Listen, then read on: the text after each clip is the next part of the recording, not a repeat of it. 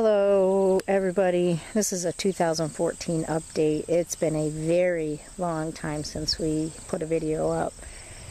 We've had a crazy weather year, health issues, loss of family member, just really crazy. So the fields aren't looking so good. Everything's a lot smaller. Our tomatoes, we had so much rain that the tomatoes are all sick, and we'll probably just get one set of tomatoes on all the indeterminates that we have. Good thing is we did put peppers and tomatoes in the high tunnel, and I'll show that later, but that's like magic in there. You would not believe it. Everything's humongous. I'm gonna pull the onions today.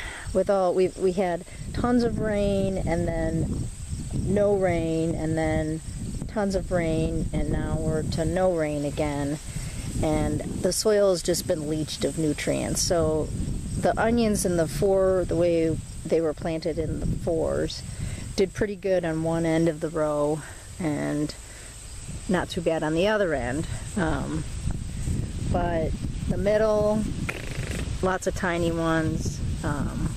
We'll still be able to give them with our shares for our CSA shareholders, and we'll still be able to sell them, and we'll be able to eat them. So that's not a total loss. It's just certainly not what we expected. A lot of things aren't what we expected, but that's how it goes when you take the risk of weather.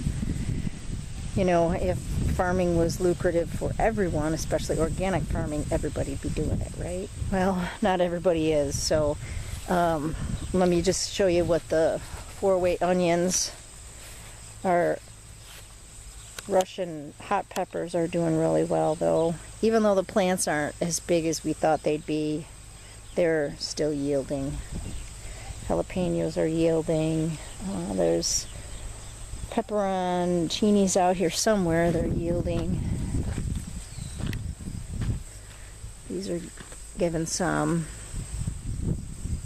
more blacks. Okay, so the onions.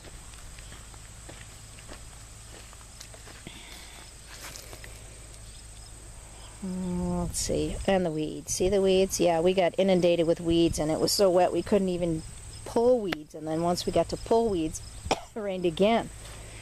And not that we're not supposed to have rain, but you know, and I think we got 7 inches in 24 hours or less. It was just insane. Anyway, so we've pulled some of the 4s already. They're pretty good size. I will show you the harvest once I pull them all. Oh, and some of the reds. The reds are pretty good too. We've already pulled that one. So 1, 2, 3, 4. There's pretty good sized ones in there too. So anyway, I'll show you what the harvest looks like when I'm done. Hey, sorry about the fan. It's hot in the greenhouse. Another item that did really good for us was garlic. This variety, Belarus, was not our favorite in size. It's pretty small compared to, this is German Extra Hardy, German Red. Some of these were really super nice. These are all hardnecks because that's our area. That's what you grow. And this Georgian Crystal. So the Belarus do not like weeds, and we had weeds this year. I don't know if it would be any bigger if we didn't have weeds, but we're gonna not grow the Belarus next year. We're gonna stick with the Germans, and I like the Georgian Crystal. It's really fragrant when it's fresh. When you fresh dig it and use it, it has a totally different flavor than when it's dried and you're storing it like this. Okay, here's the sad onion harvest. These are the Zeppelin Reds.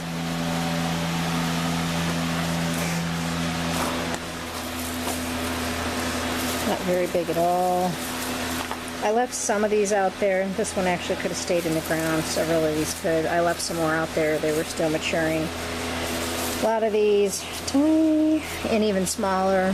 So they'll go to our shareholders as pickling onions. This one's not bad. And these two are mixed. There are two yellow varieties. Mostly they're Copras, C-O-P-R-A, and Big Daddy. We didn't have a Big Daddy of anything, but again, these will be nice for roast. You know, to pop in your crock pot or your oven while you're baking a roast. They're tasty. They're just tiny. This one's pretty good size. There are some nicer ones.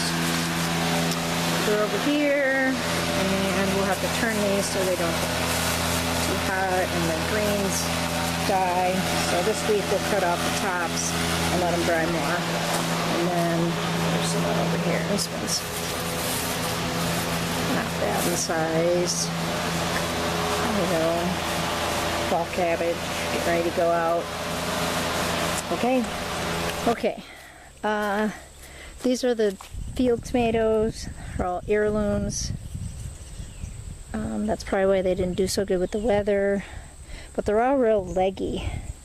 These are the saddest looking tomatoes I've probably ever seen when it's, you know, in the heat of the summer. And we did have some cool weather, I will give you that. So that slowed a lot of stuff down right after the rain. It got really cool. This one that's turning here, this, see that little plant? That is, beefsteak. Probably the only hybrid variety we have out here. Let me show you the irrigation and then take you out to the high tunnel and show you the difference in the tomatoes. These first two rows are probably going to be the best in the tomatoes because they're the highest ground. I mean, there's some really nice sized tomatoes on there, but I don't see these plants giving and giving and giving. But I could be wrong. Been wrong before. Alright, let's see. Cheryl's dad is our engineer, and don't ask me, I don't know. It's a timer, runs off the solar panel. These water totes each hold 275, and we have 2 at each garden so far. And we use tubing from DripWorks. This runs down to that, so you can turn each line off. They go all the way down to the other side of the garden. And this year we are deer fenced, so it seems to be doing the trick. Some of the beans really got something was eating just the blossoms, and then I found Japanese beetles on them. And they do not like the burgundy beans as well as they like the provider, the sweet green bean. So we planted more for late summer, fall crop, and they're burgundy. We're gonna take what we learned and use it. Alright, we're at the high tunnel. You ready to go in? No screaming.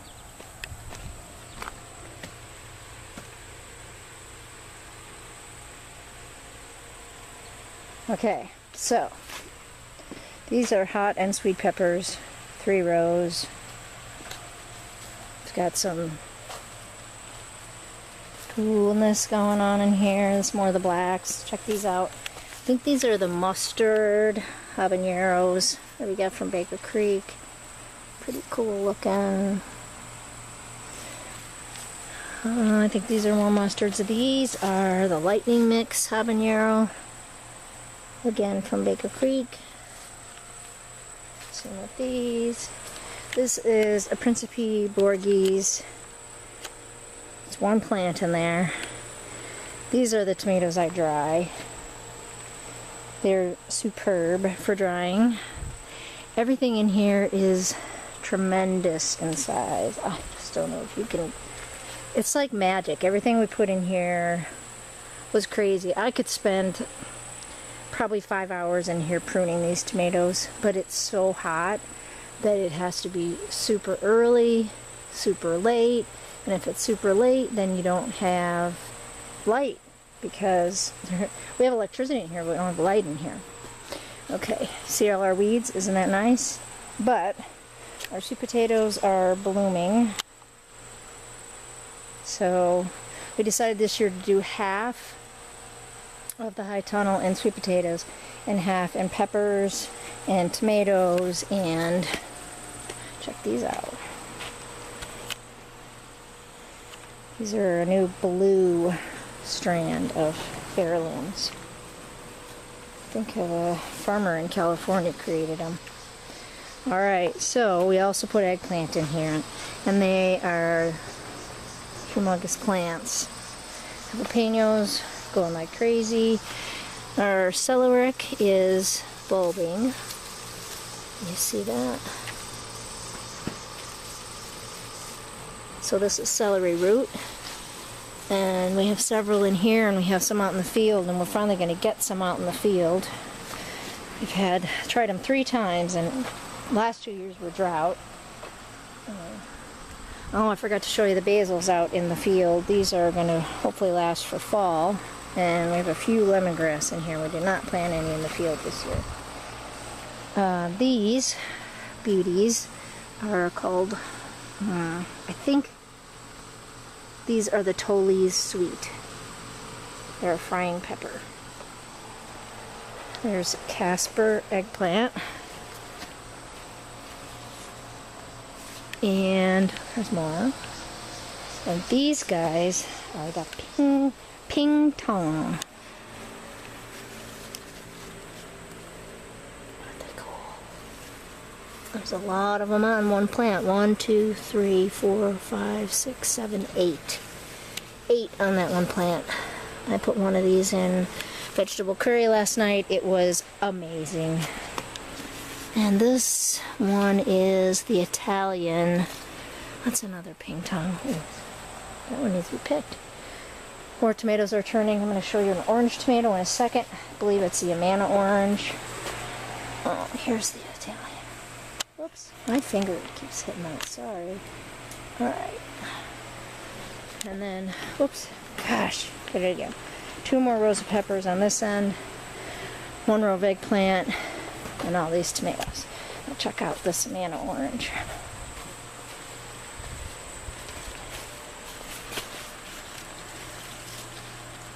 Isn't that something? Oh my gosh. That's like glorious. That is beautiful. This plant. I sure hope the stake, well, it's not only the stake, but they're strung up on a piece of PVC up there. Shouldn't put anything on your structure. So we threw PVC up there, and we've got lines running up there. We should have done them all, but we just didn't have time. Finally got some good workers, and they're busy too, and one of them is going back to school next week, so we only have one more week. Okay, this is the magic of the high tunnel. Have a great day.